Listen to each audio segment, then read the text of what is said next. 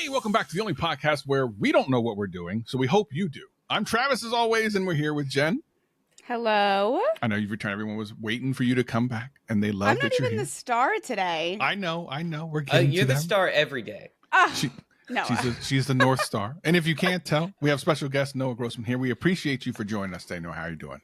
Of course, guys. I'm doing well. Coming to you live from my apartment with my green wall. I love it. I like it.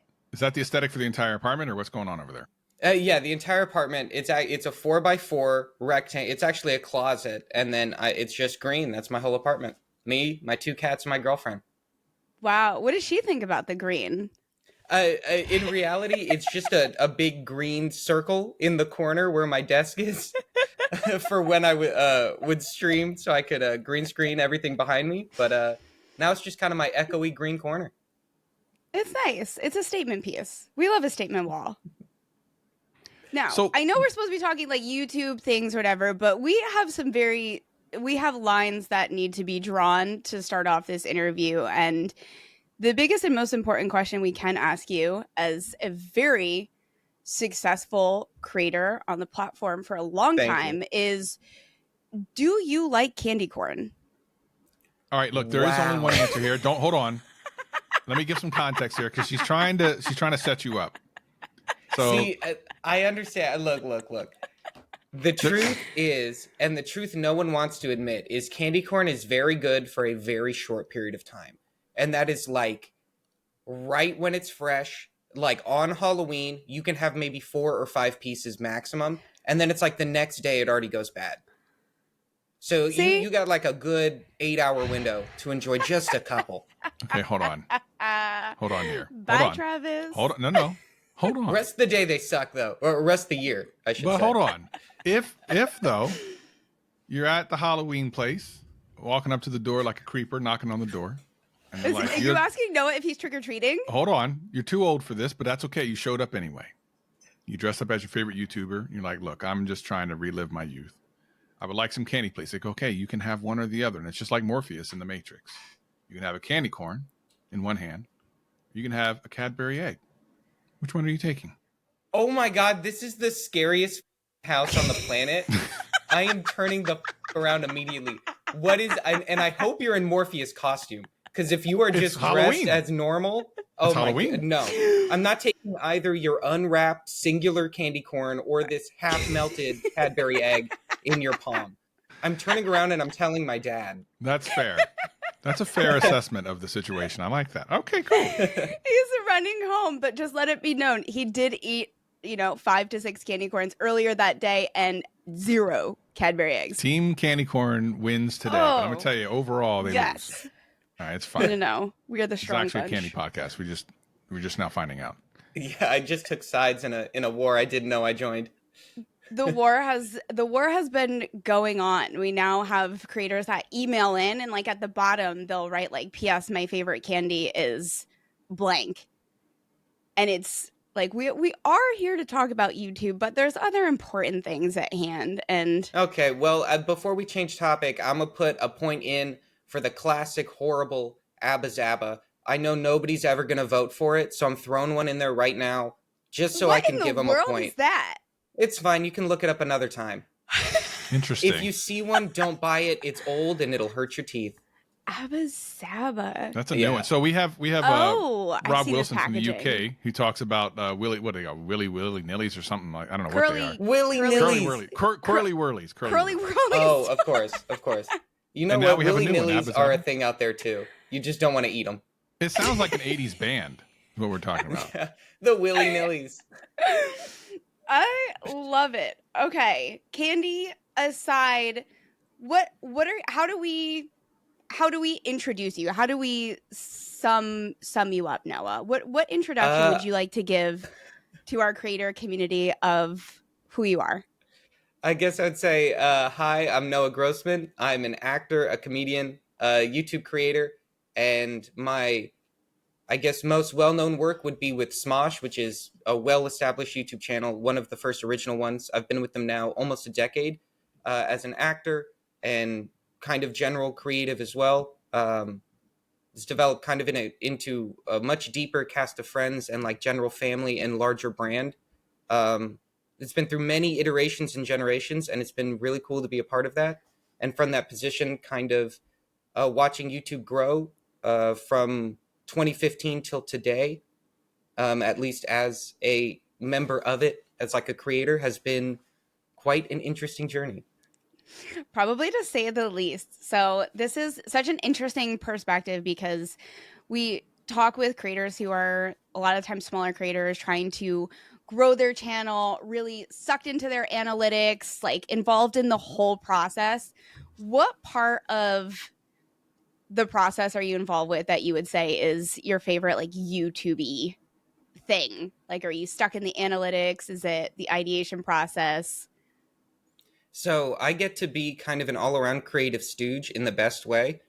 So something that's been really cool being able to join like already a well-established channel is the reality is we have like a legitimate group of really, really talented people in their specific sectors. So I get to go out, come up with crazy ideas, play fun characters, do dumb stuff, help kind of punch up other creative ideas or general direction, really focus on kind of the immediate content on like a on camera level. And then we have some of the best producers in the game. Like a great example would be Kiana Parker, who essentially now has become channel director of all unscripted stuff. And the unscripted stuff is kind of our biggest content. So it's been really cool because to be successful in like a cast atmosphere, making the content that we do, which there's a variety of content on YouTube. You literally can find everything and make everything. For us, we make a lot of unscripted comedy ensemble, large-ish productions.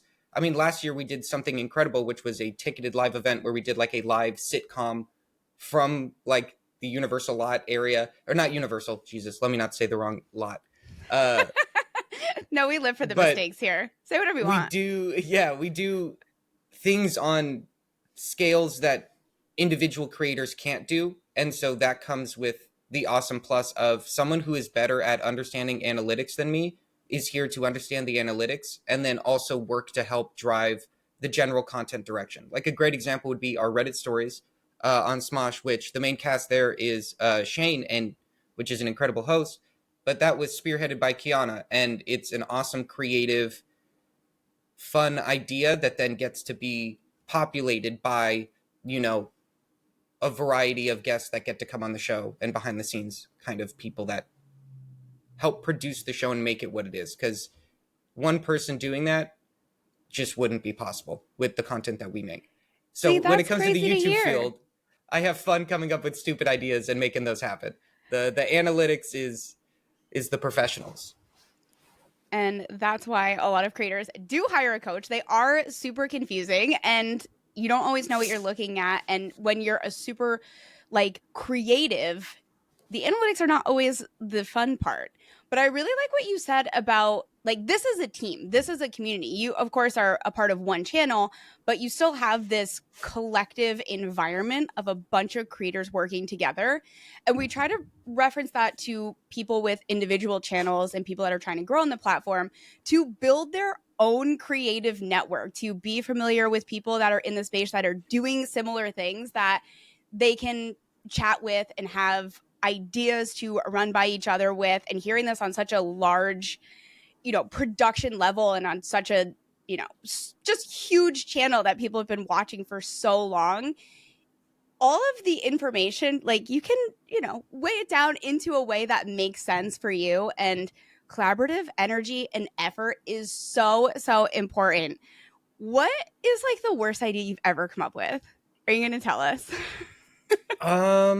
Is there a time where like you just had bad ideas and it was just not working out? All the time. To be fully honest, like failure is the way to success. I'll say the dumbest idea I've done was in collaboration with two of my good friends who also are awesome cameramen and creators in their own right, doing their own film stuff.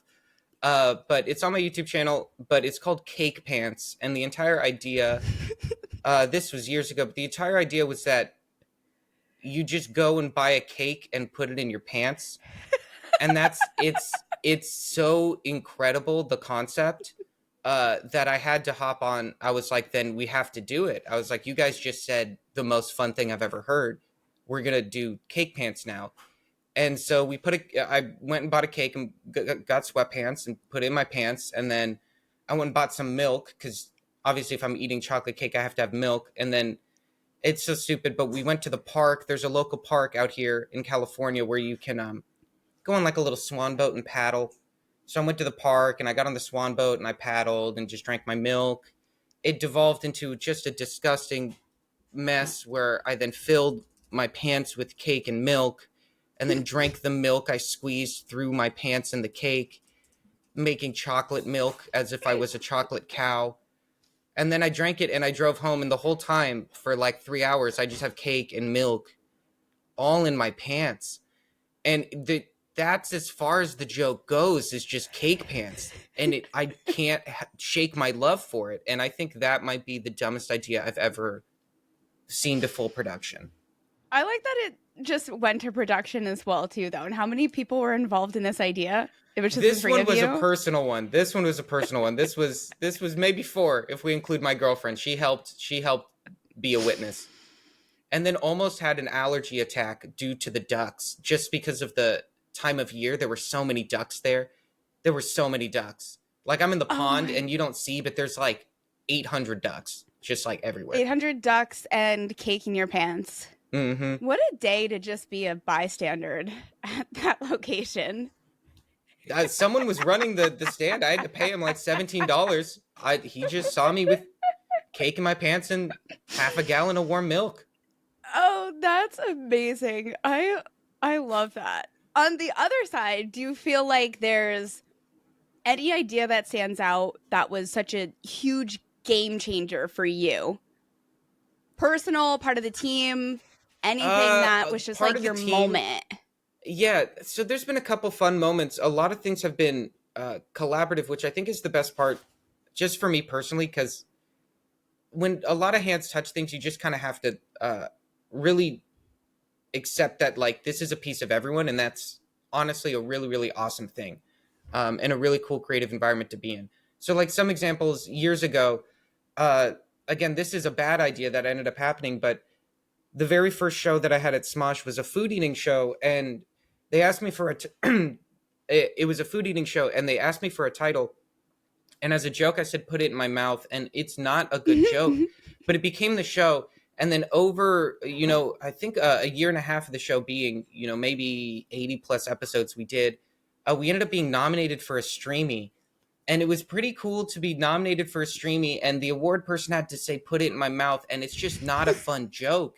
And the idea that, like, a joke that I said just went through with no one double checking in quotes, but really thinking twice, because I didn't expect that to be accepted. Like, someone just walked in the room and was like, if you had a show, what would it be? And I'd base it around eating food, because I have a very weak palate at the time. And they were like, what would you call it? And I was like, I don't know, put it in my mouth. Because what am I going to say? A dick joke. It's very quick. It's very simple. Like, I do not mean it. Don't name the show that. And then 2 weeks later to be like, okay, well, we went back to the team and they loved it. It got approved and we're starting to develop it. Here are some graphics, this. And you're just like, well, the train's rolling. I'm not about to stop that one. And then to reach nominated as Streamy, I ended up losing to a show where tiny hamsters eat tiny food. But I think that's a great reality to be in. I mean, what a just fun journey. I'm at an award show, and I get second place to tiny hamsters eating food. But fast forward that to winning a Streamy with Smosh in general, just a couple years later. And there we beat out Garth Brooks, which is pretty funny. But the journey of getting nominated myself and then winning as a group is just kind of a really, really fun story. Along the way, just creatively, sorry, I'm like condensing. I've been there 10 years. It's really cool. We had a show running for years called Every Blank Ever. And that had to be one of the most fun creative experiences, just because we would make episodes about the most random topics. And one that was fun that I got to spearhead, because, man, we must have made 100 plus episodes. And there's a lot of writing credits on those because everyone writes on them. But there's a few projects that you get to kind of spearhead to a degree. And so myself and my co-star Keith, we made one called Every Halloween Ever, and that one was just super fun to make. But man, it's been a great journey. I could talk more, but we'll just talk about those. I love that. I think that there's such confidence and fun happening even just within your world there that led to such huge accomplishments. And I think that when we think about smaller creators and, the ideation process is hard. You're surrounded by so much competition on the platform. I mean, we label it as competition, but really we all grow together. You have to have a confidence in just kind of going with ideas. I tell people all the time, like, go with your gut. Like, your gut knows. And if it seems funny, and just because it hasn't been done or you have a different idea of how you want to do it, it doesn't have to take off right away. But as a creative person, like, this is what you're here to do. And whether the series is, put it in your mouth or, unboxing review style channel, you got to go for it. And I think this is the perfect example of like what happens when you actually go for it on just different scales. Now, we've talked about things that you've actually done. If you had to start a YouTube channel tomorrow, obviously no rules, what are you doing? What is your first video?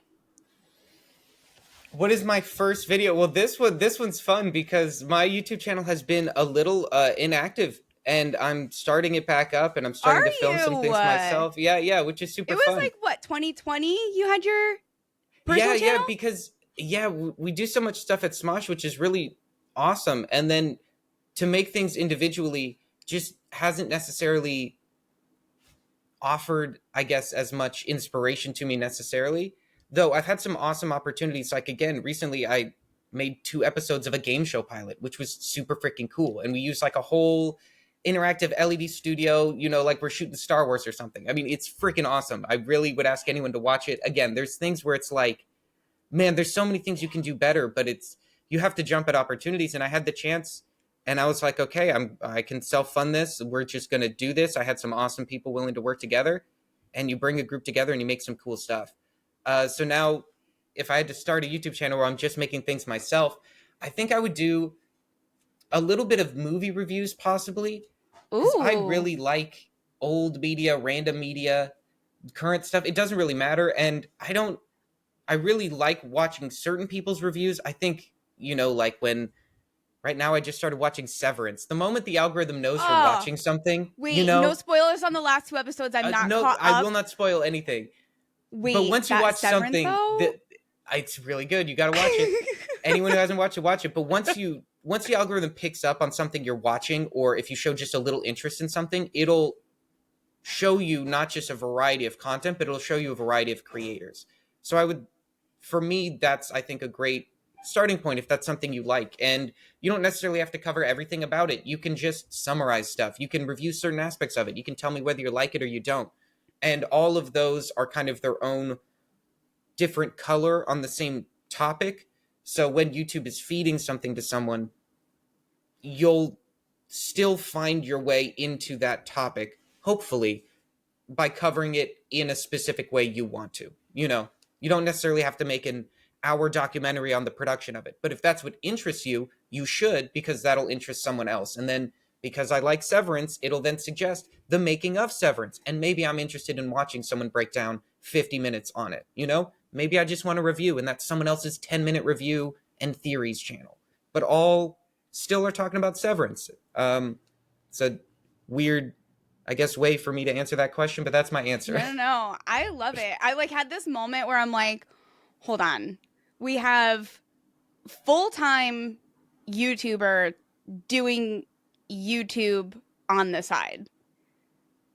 That is, we have creators that we chat with, are working a full-time job and they're doing their channel on the side. You're obviously, working a full-time job, just happens to be YouTube.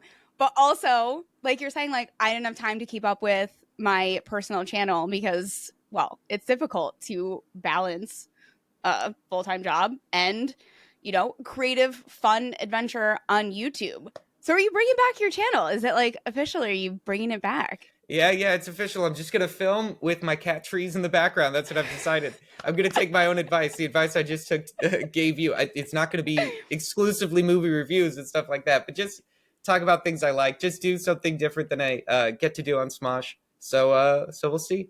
So that's like a craving then to do something different than you're doing on Smosh. Yeah. I mean, if I could do that twice, I would do it twice. Oh! I do it once, so we'll spend the rest of the time doing something else. That's really exciting. So you kind of like mentioned a little bit of what you're watching. Will you tell us what you're watching on YouTube? Oh my goodness. Okay. Will you expose yourself? I feel like I feel like someone's homepage is the most private thing where we're like, who are you? What are you watching? Okay, this is the truth. What's the weirdest corner algorithm, of YouTube? It's currently destroyed. It's been destroyed. Look, I think YouTube, look, if you're listening, you need to give me the option to have like 4 versions of me that you think is here so that I can go through those ones, because I'm telling you, you watch one history documentary, I'm done. You love history. Come on. Look, I was a kid that grew up watching the History Channel. I like maps. I want to learn about geography. I'm done. Now I have the geography and the history of maps. Well, I didn't need that. I just wanted one, and now I'm done. I just wanted one. Wait, This is a weird thing. Do you ever scroll maps? Like, I'm a maps lover. Like, you know how people like will go on TikTok? Like, I'll go on Google Maps and like just scroll, like just zoom in and just see what's around. What do you think you're gonna find? I don't know, but I pin stuff like I'm gonna go there. Like, I literally will end up in like Spain somewhere and just like zooming in, and then I see the little photo icons, and I'm like, ooh, that seems interesting. Are they like restaurants or like views? They could be anything. I could literally pin like a pond and be like, that looks pretty. And then next thing I know, I'm walking around street view, and I'm like, I would live here. Like, no one knows, but you are out here like virtually stalking people. They're like, oh, I feel so safe in my home. They have no idea Jen is straight up looking at their door. I'm there. That's incredible. Nobody's safe. Nobody's safe. I deleted TikTok and I've taken up Google Maps as a hobby. Yeah. I'll throw out one other. I believe the channel's called Mortismal Gaming, I think. I've been watching this guy for like 2-3 years, but he just 100% video games and tells you about it. That's it. I love that. You just met the future famous Jenn when she starts up her channel. When I have time for another channel, I'm just gonna live stream me playing Wii. Because who's doing that? Nobody's doing that. Like, why is nobody streaming Wii? Can you give me a wrist cam? Can I be the Wii controller? You get what I'm saying? I get a couple cameras in there. It's literally just like yeah, like when we bowl, we cut to like this, so we feel the power of the bowl before we cut back to the I want you to have like the angle, the wrist tilt. I like that idea. I'm gonna run with that. See, nobody's doing it. There's probably a reason though, but you know, there's definitely a reason, because the reason is it would be too successful.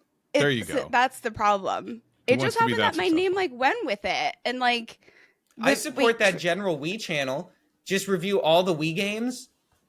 No. I gotta play them. I'm good. You gotta at Wii. play them. I'm good at Wii. Yeah, this is what she says. How can you be good at Wii? Does everyone listening know what a Wii is? I know, right? I'm self-proclaimed top 1%. I'm good at Wii. Like, yeah, the leaderboards are in her house. She wrote them. What Wii game do you think you're the best at? Mario Kart. Yeah, she says she's excellent at Mario Kart. But do you think that's only Wii Mario Kart? And 64 Mario Kart 2. But like things I want a Wii exclusive title. A Wii exclusive. Do you have a Wii exclusive that you would compete on? You'd be like, dude, I would take you out. I would take anybody out.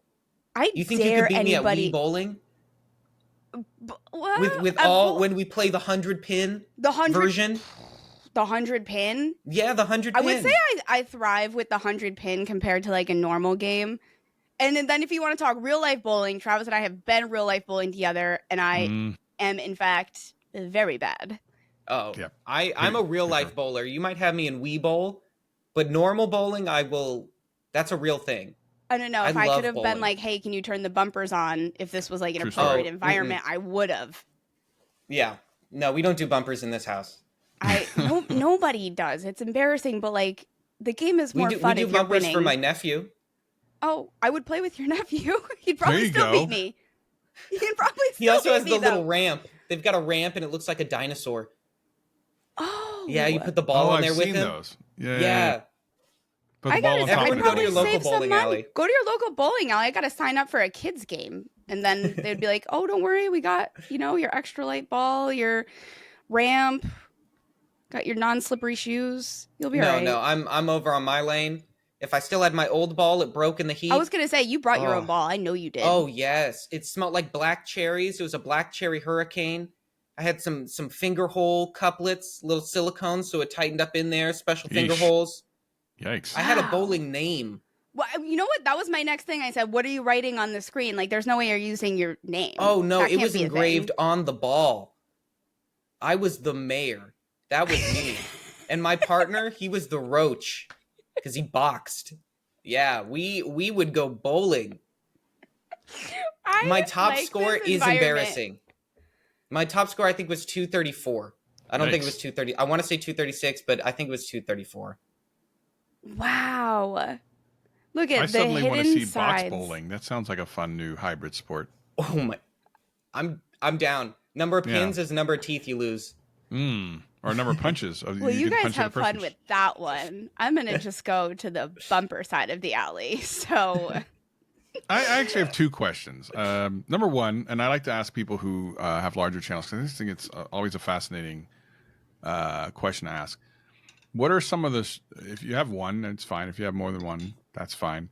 What are some interesting stories of people recognizing you in public that aren't normal? Like, oh, hey, I love your stuff, and just kind of take a picture and leave. But like, just weird. Like sometimes it might be awkward, or maybe they recognize you in a bathroom and like, hey, and that's like the one place you don't want to be recognized. Like, is there anything interesting where people recognize you in weird places?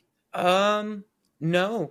I think, at least for me, I mean, I guess maybe if someone had a style of content that might be, or like maybe a character they played publicly, maybe they're, Chester, but when they make their videos, they're, I don't know.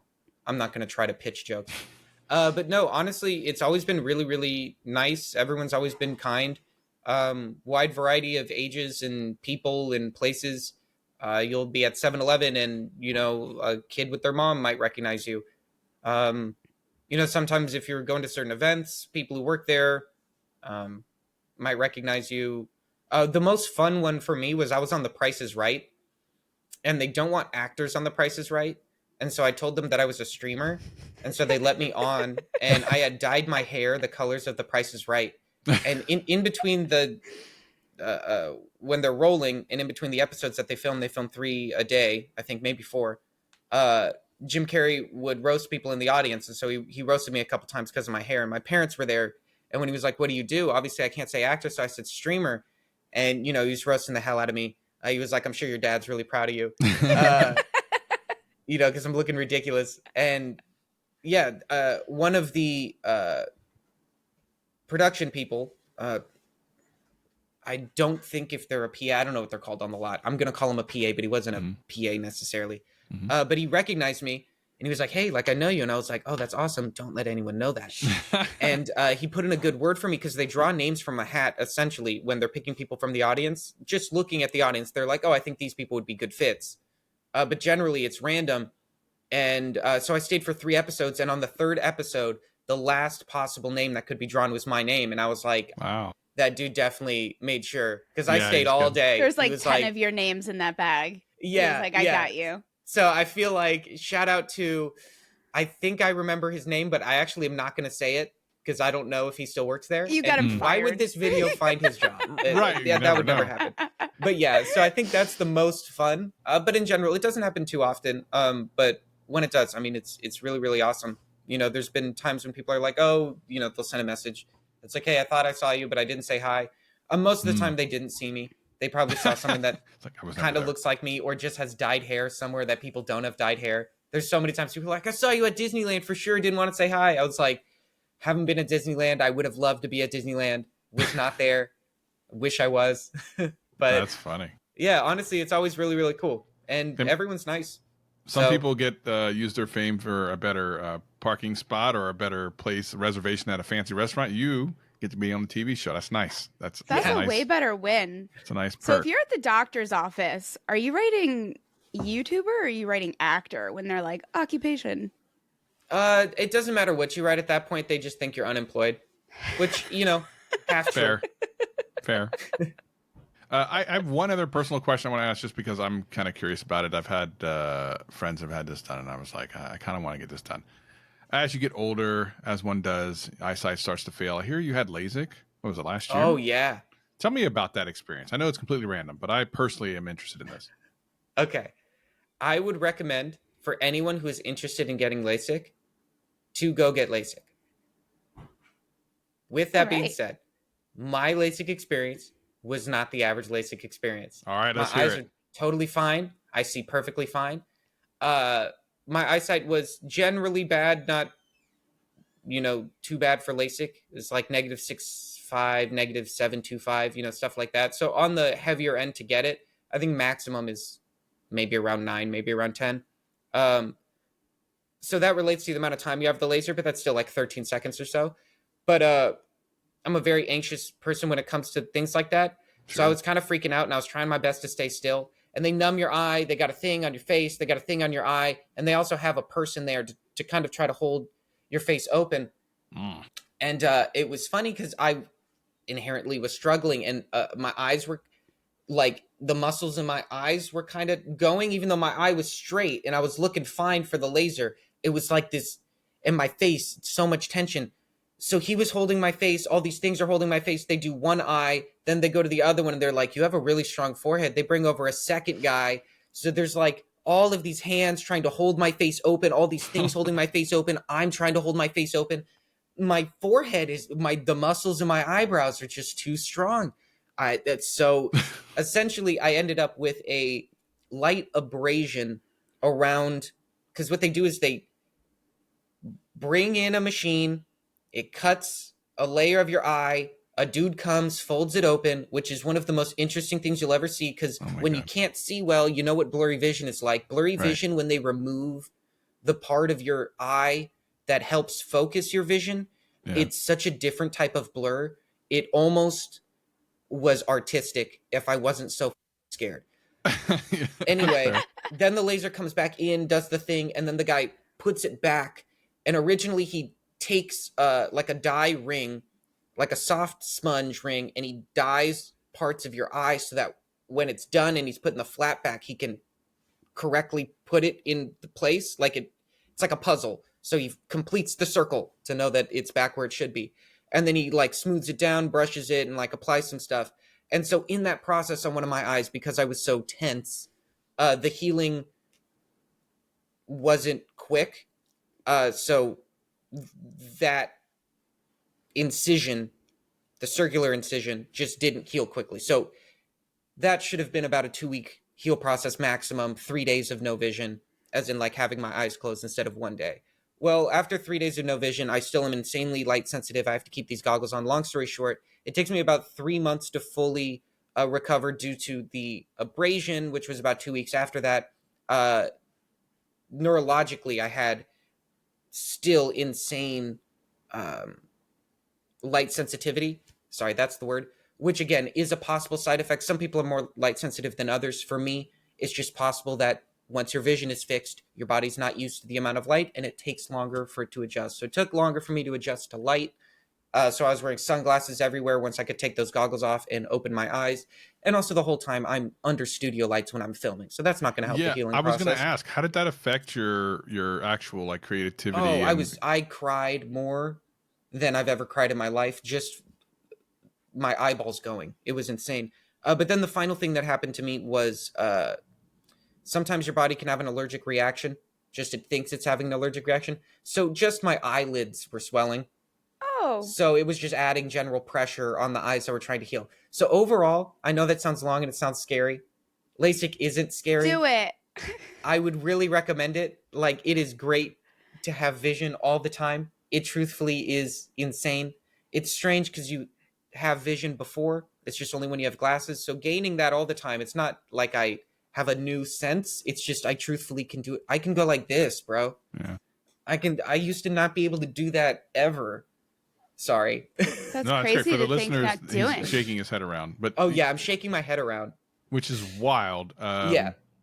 Travis I, knows. He's wearing glasses. Yeah, I didn't always Can't wear shake your glasses. head like that. That's one. You can't do I that. don't know if You I can't might do break it. my neck. Yeah. But yeah, I would Interesting. recommend it. Okay. I love that. That was like iFlaps. the best worst like brand sponsored segment I've ever heard. I almost threw up during it actually at one point, but very Oh, I interesting. posted stuff. a video. Maybe, you know what? Maybe I'll make a video on my YouTube channel about it. You should. I would watch I'll it. do a much better storytelling than that. That was amazing. I love it. The story was there in the end. Like, I think several people are gonna be quite tempted. I mean, the head shake alone. That's weird. I don't wear glasses, so like I'm like thinking you got something flying off your face. You gotta like watch how you move. Oh my goodness, my vision was so bad. I could see clearly like maybe 3 inches in front. Everything else, it was like, That's so wild. most of my to me. life, yeah, So like I you was just wake up and like you don't see. yeah. I mean, now Honestly, you do, it was but kind of nice. Sometimes you could that's just check so out. trippy. If I just put my glasses away, I wouldn't have to do anything. Now I'm expected to do things all the time. Use I lost my glasses excuse quite a bit. So, being a part of Smosh, are you friends with like other YouTubers? Are you friends with any big creators aside from obviously everyone a part of Smosh? Is there anything else that bleeds into other creators on the platform? I guess I know a lot of the people that come through Smosh, and like I meet them through that way. Other than that kind of VidCon and other random events, you know, you'll run into people, get to meet people, which is super fun. I'm trying to think now, like, what name am I going to drop? Well, It's what like, about no, this? I No, Well, you don't don't have to think drop any specific name. Oh, like, what is? who do No. you want to be friends with on YouTube that you're not? Like, what other creator you're Oh. like? Oh, I would love to be his or his. I want to be friends with the hamsters that beat me all those years ago. Just because It I want to was meet them. Dustin. I don't know the lifespan of a hamster, but it pains me to think that I could never meet whoever beat me. So I'm hoping soon I'll meet one of these little hamsters that eat tiny sandwiches and little burritos. Oh, That was just so popular. I think it was 2016, maybe 2017. Oh, they did. They did. these I had tiny hamsters. things They're are dead. they're so cute. Yeah. Yeah, they're gone. Tiny food is like oh my gosh, remember when Tiny Kitchen was like the biggest deal ever and they were just cooking tiny foods in like a tiny cast iron? Yep. Travis is new to the food space on social media. So This don't is worry, true. Travis, that will surface to you soon now. Okay, great. Don't worry. Now that my phone is started, it'll be all over my YouTube feed and Facebook now for no Well, reason. I'm gonna have movie reviews. I'm gonna have more Severage content now, Yeah. and I'm gonna have the return of tiny foods and maybe even the hamsters, if I'm lucky, because we have noticed a couple times now we've talked specifically about YouTube videos that then surface on our homepages after we are done with the discussion. Yeah. It's trippy. It's What's- crazy. So we talk. This is kind of a conspiracy theory, but it does. I mean, it does happen. I have some documented things I've shared with Jen. What's like the maybe wackiest conspiracy theory that you believe in right now? What I'm okay. I'm a huge fan of conspiracy theories with the caveat that I think almost every single conspiracy theory has to be one of the dumbest puzzles I've ever heard. And I like puzzles and I like stories. So I'm always interested in them. But man, once that I believe, I couldn't Or the most ridiculous one if you don't believe them. God. Okay, I've got a really ridiculous one that I saw on a bumper sticker, and I had to Google it because I had to make sure. Are you talking I about saw the on a bumper birds? sticker. What? Birds aren't real. Oh no. Oh, This okay. one, next level, not real. Oh, This one said Helen Keller was not real. Oh, I That's can't. interesting. I can't begin to live in a world. bumper sticker. I mean, how No many less. other things does this person believe for them to Oh get my all the way gosh. down? And I was like, this has to be a joke. And I looked it up. From what I understood in a very quick Google search, when I got back home and spent 40 seconds, no more than 40 seconds, So maybe there's so many levels of irony that I got. Who knows? But I believe they don't think that I think they believe she existed, but that like she couldn't have written her book or something. Like, I don't understand. I think they are confused that someone who's differently abled than them could find a way to still function when they themselves couldn't imagine it. But that's because they're very dumb people who would sooner believe someone doesn't exist than that someone was able to overcome odds that they can't imagine themselves. So I think that's really fun. And then just to analyze it deeper, they say was real. Helen Keller was not real. Not is not real. Was not real. It's kind of like a different... I'm trying to figure out why they decided to make that linguistic choice as well, because was is a little different than is. You know, Santa is not real. Not Santa was not real. Is Santa real now? Right. Like, what are you telling me? I don't think you know. I think would be the one that I saw recently. What about you guys? If we're throwing them all in the ring. That's fantastic. That's fantastic. I've never heard that. I love these deep dives. What are you throwing in, Travis? I mean, I don't know if you even can call aliens like a conspiracy theory. I think that that's a very real possibility. I think we'd be almost narcissistic to think that that's not a possibility. That in the immense, our brains can't wrap around how big the universe is. So to think that there's no possibility that anywhere else in that increasingly expanding universe that some other life doesn't exist seems kind of silly to me, I guess. So I'm gonna dive into that real quick. You're saying that somewhere there's aliens, but what about here, Travis? I mean, I guess I don't know that there are aliens here. I also would not be surprised to find out that aliens have been here. So I guess I'm open to. I don't go around telling people that aliens are real and there's technology in Area 51 and stuff like that. It just would not surprise me if there was. Much in the same way, you would not be surprised that something you've never seen before actually exists. Like these, I don't know if you see these videos on YouTube or Twitter where they'll always find a new animal under in the sea, like a new deep thing you've never seen with like 6 eyes and a little, they look like little pieces of jelly. Like I've never seen that before, but the ocean's deep. All right, I guess I accept that. I've also never been to the bottom of the ocean, so there you go. Travis, sorry, you just made me think about the future of exploring the ocean in like 500 years. There's still new things, but they're just all changed from the microplastics. That's what? This is a new fish. They're like, oh no, that's just a evolution. Tuna. That's just a messed up tuna. That's a messed up tuna who got wrapped in a Coke can. Oh, we did that one. Yeah, it's a Coke can tuna is what they call it. Yeah. What about you, Jen? One more. Oh, like flat earthers for sure are like my favorite. That's the best. I think hands down. Did you watch the documentaries? Absolutely. Like the Logan Paul one and the absolutely. That is like my favorite world to explore because you start watching, you're like, well, I don't know. I've never been to space. But then you keep watching, you're like, no, there's no way that's real. Then you're like, well, but no, it's a unique one. It can't be real. I think the most fun thing. Yeah, flat earthers are fun because they disprove themselves. Like some of them go out and disprove themselves, which is pretty funny. Hilarious. And then they're like, oh, no. This was wrong for X, Y, and Z. Where the earth is still flat. They did it. They did it wrong. See, it's like the OJ glove. Don't set yourself up. Don't. But that's the issue. They're to grift off that. It's difficult to do that and honestly try to find an answer. That's just the truth. That's why all these grifters don't have answers. I like that they have such a tight-knit community, though. That's the most impressive thing. Like, any type of community is the best. And if it's because you believe the earth is flat, go to the convention. Go find your people. Go share the same thing. Yeah. But it's a good one. I can't help it. It's just a good one to me. Every time I'm in an airplane, I'm just like looking out and I'm like, it's not flat. Yeah. Not flat. I can look in the sky and see the curve. I don't know what's going on. Yeah. At any rate, we're going to have to wrap up. We're almost at the top of the hour here for the recording. We appreciate your time, Noah. We would love to hear just a couple of pieces of advice. We have a lot of listeners who are newer creatives, and sometimes they question themselves. We do get a lot of people with imposter syndrome. Have you ever experienced that? And if so, like, talk us through that.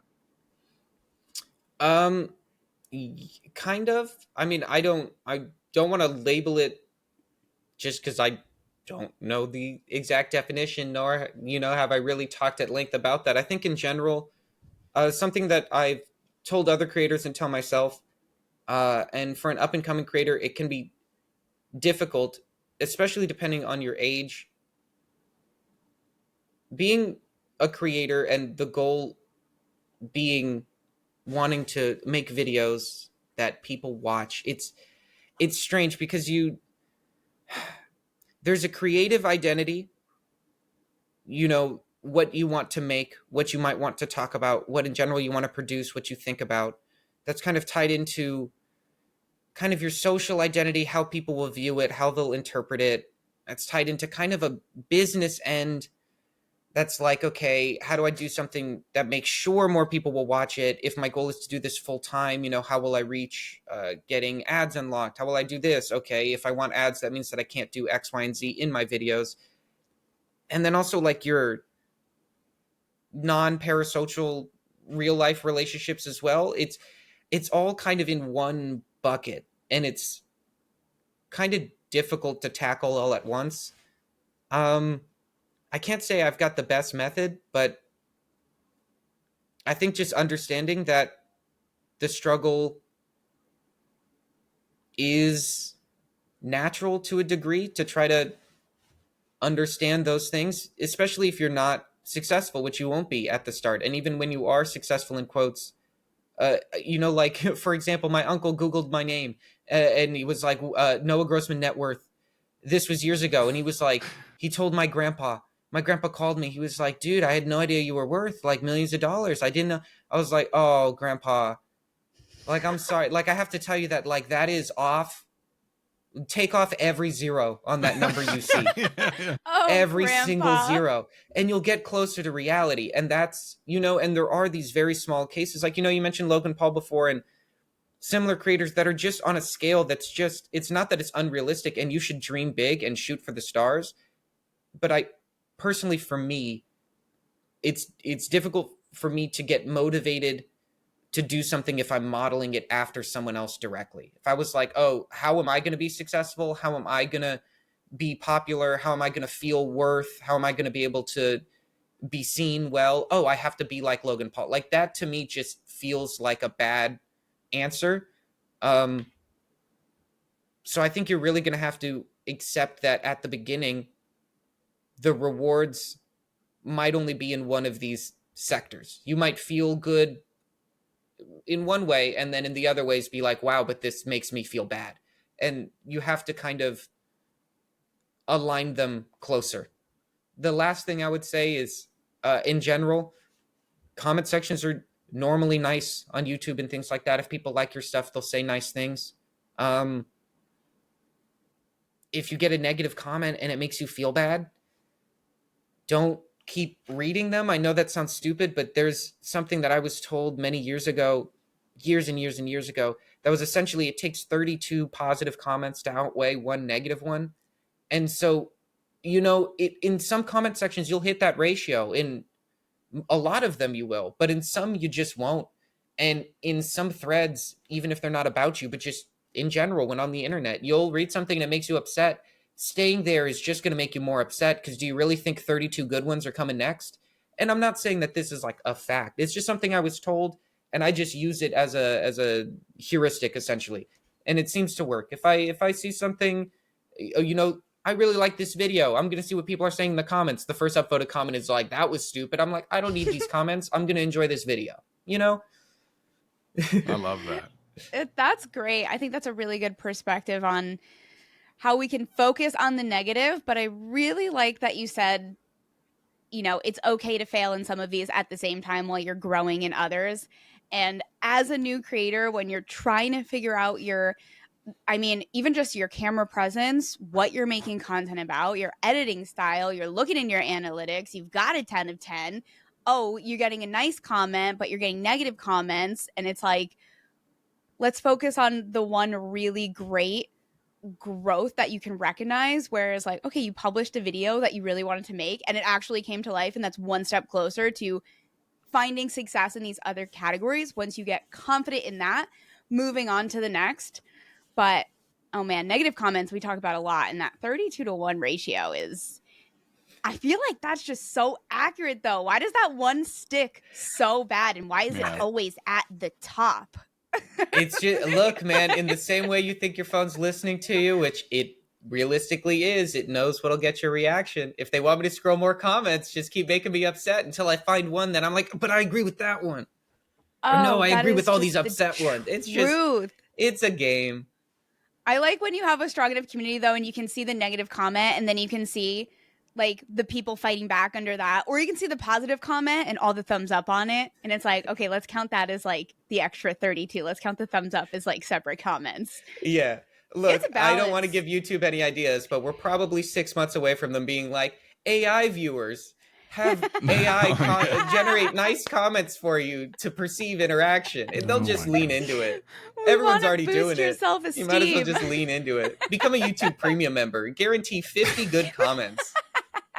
Look, yeah, let's not let them know that's a good idea. It might actually work. Oh, it would. So Noah, real quick, let people know where they can see. Obviously, we talked a little bit about Smosh. I mean, that they obviously know they can see you there, but you personal channel. Tell them a little bit about that and when you're going to have that next video uploaded. Yeah. Obviously, you can find me at Smosh. You can find me Noah Grossman on most socials, or Noah Grossman 214. That's right. I made my social media way back in the day, and I don't think I can change the numbers. On YouTube, I think it's at Smosh Noah, but again, you can just look up Noah Grossman. That's the name of the channel. What is it? Right now, we're filming towards the end of February. I would say within the next month, you can expect at least one video out. Right now, I'm working on the script, which is taking a little while. The editing will take a little more time, but we're looking at Super Bowl shows. It'll be fun. Hey. Ooh. I already went through, when I was live streaming, I already live streamed all this and ranked them all, but now I got to put them all together in a video. I love it. That's exciting. That's good stuff. What a great idea. Well, Noah, thank you so much for joining us here today on the podcast. And I guess if you guys are listening to this and want to see more Noah, of course, you know where to go. There'll be links in the show notes and in the video description. And we will see y'all in the next one. Bye.